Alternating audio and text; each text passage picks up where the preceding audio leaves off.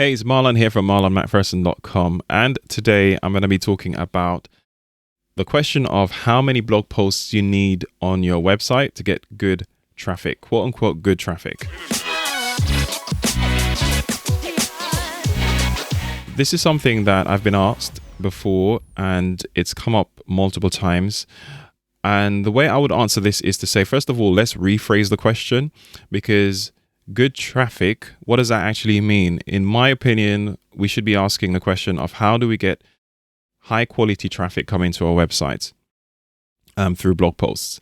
And of course, there are many different ways you can actually get traffic coming to your website. There are spammy ways that you want to stay clear of, because that's not going to do you any justice. People that are coming to the site from these sort of like random places that promise to generate traffic for you, they're not the type of people that are going to transact business with you. They're probably not going to be interested in what you have to offer because they're just generic people, or in some cases it might even be bots that's coming through. So you want to stay clear of these spammy ways that you can buy traffic or things like that. So of course, blog posts is or doing blog posts is a good way of actually generating high quality traffic, especially if you're writing on topics that are relevant to the specific audience that you're looking to attract, that directly can benefit from the products or services that you offer. Now, of course, if you build a website and you just have your standard pages on the site, meaning that you just have your contact page, your services or product page, your about us, or whatever pages that come standard normally with a website, a typical website, just having those pages will not be enough if you're looking to get traffic coming to the website. So having a blog where you're now publishing posts relevant to things that they're struggling with, your audience is struggling with, things that they want to learn about, things that they want to have a better understanding of, and just things that share your philosophy, your ideas about a particular subject is very, very helpful, and it keeps them on the website when they do get to the website, obviously, and gets them to build up some level of trust with your brand. And obviously you become an authority in their minds and they're more likely to do business with you. Now, to answer the question of how many posts you need on your site to be able to generate good quality traffic is subjective. It's not something that has a hard and fast rule that says, okay, if you have this many, you're going to get that much traffic. It depends on a lot of different things. It depends on your audience that you're trying to attract. It depends on how big that market is. It depends on the type of things that you're talking about and the industry that you're in. So there's a lot of variables with that. So what I would say is that in my opinion, you want to have a good body of content in terms of blog posts on the site that you can then have the opportunity to promote in places like social media, and also to have an option to repurpose this content and have the ability to repurpose this as other pieces of content in the future, which is exactly what I'm doing now. This post that I've written here that I'm referencing, I did months ago, but I'm now doing this podcast / video to kind of talk about it, and then I can promote this video separately. I can add it into the blog post, just update the post and so on. So I would say aim for 100 pieces of content. This is something that's going to really give you a good starting point to have lots and lots of content around your core topics, your core subject area, and gives you content to be able to publish or share on social media and have other people share. It gives you more opportunities basically to get your website seen, because you're going to obviously link back to your website or have people visit the website to view the post.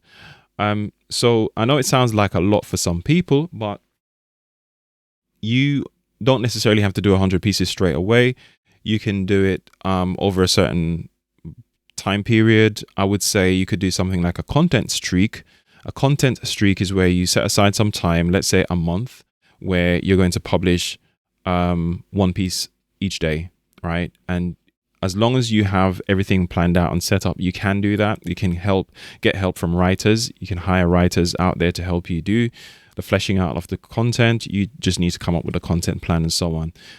So you could do that for, let's say, your first 30 pieces. And then you do another one the next month, or you give yourself a break or whatever. The point is to get as much content out in as short a period of time as possible, and you can publish daily content. A lot of people do that, provided you've set things up in a way that is going to make it easy for you to do it. So to start with, you need to figure out, okay, how am I going to do this? So figure out what your goal is. If your goal is purely about SEO, which a lot of people think that blogging or writing blog posts is just based on, oh, let me go and see what keywords people are searching for, and let me try and write an article or a blog post that is going to have the keyword 100 times in it, or just things being repetitive in it to make up the content to make it look like there's a lot of things on a page. That's just not the right approach. Have a user-focused approach. Make sure you want to deliver a good user experience first, and then the SEO will take care of itself. The only thing that you should be concerned about is this something that's relevant to my audience? Is it going to add value to the problem that they're, the situation that they're in, to solve a problem, the goal that they're trying to reach? And is this going to bring them closer to that goal? Having a good body of content as, a library or as a resource is far more valuable, in my opinion, to an audience than just having generic content out there that you're doing based on SEO. And if you're in a very competitive space, you might not actually be able to beat the competitors if you're just looking at it from SEO, because you won't rank. They've been spending thousands and thousands of dollars or pounds every single month to get their articles written, to get things published, to get the biggest article, to get their most researched, in-depth article written or post written. And if you're going to top them, you're going to have to write a better post and have more resources to pump into doing all of the things that it takes to really build up your site in terms of trying to, get on top of Google in terms of page one. Now, once you figured out the goal, which, it should be about your audience at the end of the day, you want to map out your ideas and make sure you have your pieces ready to go. And then you can always get the help that you need to, you can do an outline and then get someone to help you write the content, or there are tools out there that can help you these days to just flesh out the body of the content, and you can just go in and edit it and publish as much as 100 pieces in a short space of time. Doing that is going to drive significant traffic back to your site and is going to drive inquiries, which is what you want. In some cases, it might be significant. It just depends, again, like I said, on your industry and the type of audience that you're trying to attract, because, not everywhere is going to have thousands and thousands of people. Not every situation is going to need thousands and thousands of people, because you only need sometimes a few conversions or per month or over a short period of time to really, if you're selling high quality services, you don't need to get somebody every day to buy something. The question of how often should you post, I mentioned that already. You can post daily if you have the capacity to do that and the resources to do that, but you're probably going to burn out after a certain time. So you just do that for a period, like during a content streak, and then you can kind of pace yourself and do maybe like a weekly post or every couple of weeks or something, whatever is good for you. And, see what works, because you'll have that data to go back on now to check in Google Analytics and in Search Console to see, okay, this is what's bringing in traffic.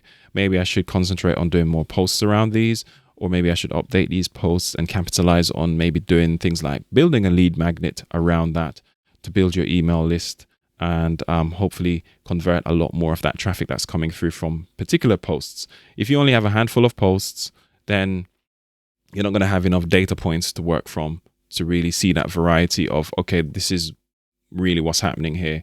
So that's why I said 100 posts at a minimum to start off with. Now, I do have some more information inside this post here that I've written. I will leave a link to it in the description. If you have any questions, leave me a comment on wherever you're listening or watching this. What I'd love for you to do right now is to check out one of the other videos here on screen that's going to help you with either your website strategy or your content strategy. And I'll see you then.